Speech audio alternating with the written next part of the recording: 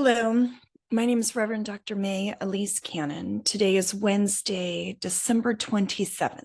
It's day 82 since October 7th. I wanted to give a bit of an update on what's been happening. Specifically, I thought I would update a bit from OSHA today, the Office of the Coordination of Humanitarian Affairs. Their report from December 27th is that Israeli bombardment from air, land, and sea has continued heavily across most of the Gaza Strip. In the north, Gaza City and Jabalia were most affected. In the middle area, hostilities continued in 4 refugee camps. And simultaneously, Israeli forces struck multiple targets in the southern cities of Khan Yunis and Rafah. Intense ground operations and fighting between Israeli forces and Palestinian armed groups have continued in most areas except for Rafah, as did the firing of rockets by Palestinian armed groups into Israel.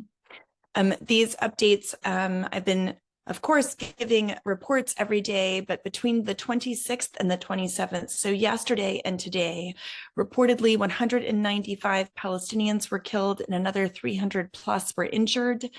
According to the Ministry of Health from Gaza, 22 Israeli soldiers reportedly were killed since the start of the ground operations. Again, these are OSHA's numbers. 162 soldiers have been killed and 1,000 plus have been injured. According to the World Health Organization, as of December 27th, 13 of Gaza's 36 hospitals are partially functional, 9 in the south and 4 in the north. You may recall that late last week, the Episcopal Church put out a statement in response to the closing of the Al-Ali Hospital, and Churches for Middle East Peace put out a statement as well. I would encourage you to take a look at that. Hospitals are inadequately equipped. They have a shortage of medical staff. They are missing specialized surgeons, neurosurgeons. They do not have intensive care staff. They lack medical supplies such as anesthesia, antibiotics, pain relief medicines. Additionally, they have urgent needs for fuel, food, and drinking water. The hospitals in the south are operating at 3 times their capacity. That's the number of people that are needing to be treated while facing critical shortages of even basic supplies and fuel. The death toll since October 7th, according to the Ministry of Health in Gaza, is 21,110 Palestinians, the vast majority of whom are women and children. As of today, more than 55,000 people in Gaza have been injured, and many, many more are presumed buried underneath the rubble. Without gas and adequate supplies, without communication services, which continue to be down today, it's virtually impossible to have search and rescue missions. The vast majority, as I mentioned, who've been killed are women and children. Those killed include students. The Ministry of Education has reported that as of the 26th of December, more than 4,000 students and more than 200 educational staff have been killed. More than 7,000 students have been injured. Those killed include journalists who are supposed to be protected in times of war. According to the Palestinian Journalists Syndicate in Gaza, more than 100 Palestinian journalists and media workers have been killed. Those killed include medics. According to the Gaza Ministry of Health, 300 Palestinian medics have been killed. Those killed include civil defense members. According to the Palestinian Civil Defense, at least 40 civil defense members have been killed since the start of hostilities. And those killed include workers of the United Nations. More than 100 UN workers have been killed as a result of the conflict. That is the most of any conflict since the forming of the United Nations. Again, the death toll in Israel is more than 1,200, including 36 Israeli children. And during the humanitarian pause, an update on the hostages, these numbers have not changed in the past couple of weeks, but during the humanitarian pause, 86 Israelis had been released, 24 foreign national hostages had been released, and it's believed that 129 hostages, both Israeli and foreign nationals, remain captive in Gaza. I wanted to give a bit of a summary today. This comes from a conversation reported on in The Guardian with their foreign correspondent, Emma Graham Harrison, about the situation in Israel and occupied Palestinian territories. And she is talking about Israel's military strategy. And she says that military strategy for Israel is to demilitarize Hamas by degrading their capabilities so that they're not able to attack again.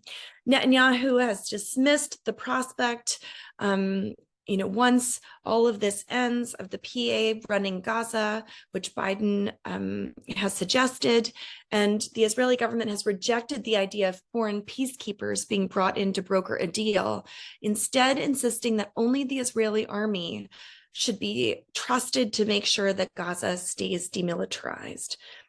The only stated and clear military goal of Netanyahu is to destroy Hamas. But according to The Guardian and their foreign correspondent, she says this is not an achievable military goal because Hamas is an ideological organization that operates beyond Gaza in both practical and political terms.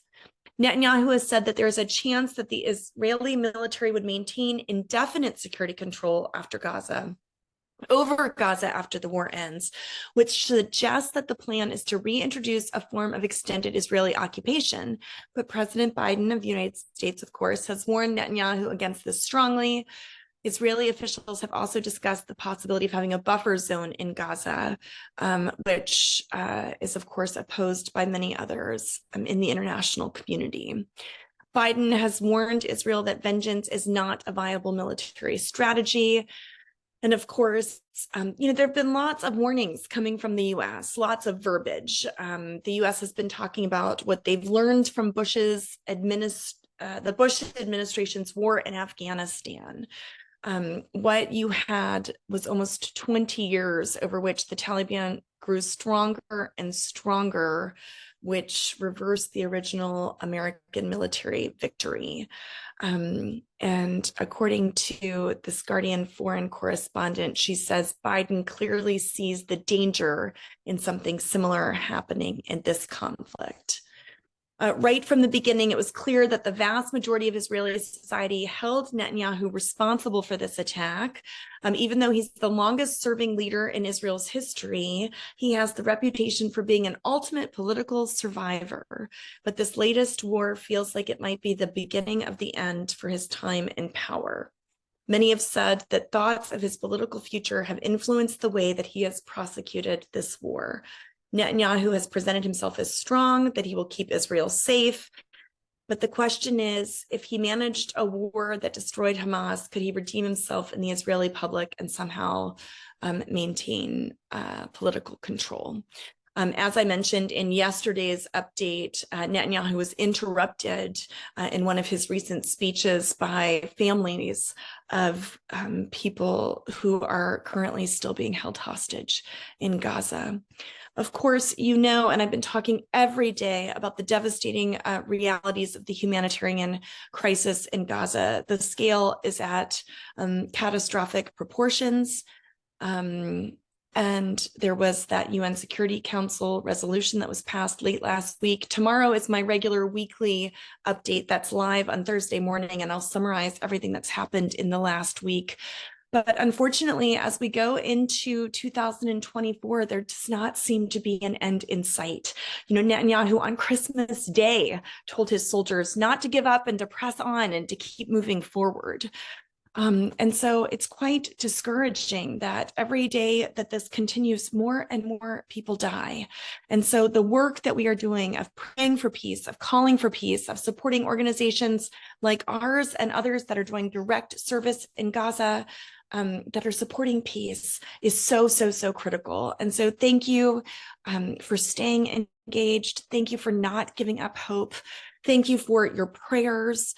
Pray, pray, pray for peace as we continue to work towards a comprehensive ceasefire, a return of the hostages, as we continue to call for immediate and adequate humanitarian assistance into Gaza. And I wanted to close by an invitation. Americans for Peace Now is an organization we've done things with over the years. We've hosted webinars with them and vice versa. They are hosting a book talk coming up on Thursday next week, January 4th, with a journalist, Bradley Burston, who wrote a new book called The End of Israel, Dispatches from a Path to Catastrophe. He is a journalist for Haaretz, an Israeli English newspaper. And the book traces the deep roots of this ongoing what the world calls the Israel-Hamas war, what we're now calling the bombing campaign of Gaza, exploring how Israel could have chosen a different path and possible options for its future. The columns, I think it's a summary of many of his columns, but the columns detail the decline and sudden fall of a failed nation, which even before the war erupted, had begun to question whether this year's Independence Day might be its last. You might recall that there have been at least 3 elections in the past several years for Israel, and the government has been so unstable. The Netanyahu government was unstable even before October 7th.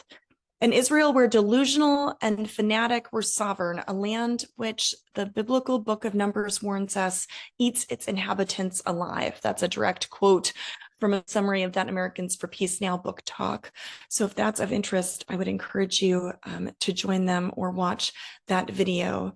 Do join us. We will be having our briefing tomorrow, and many blessings to you. Thank you for staying with us on this journey.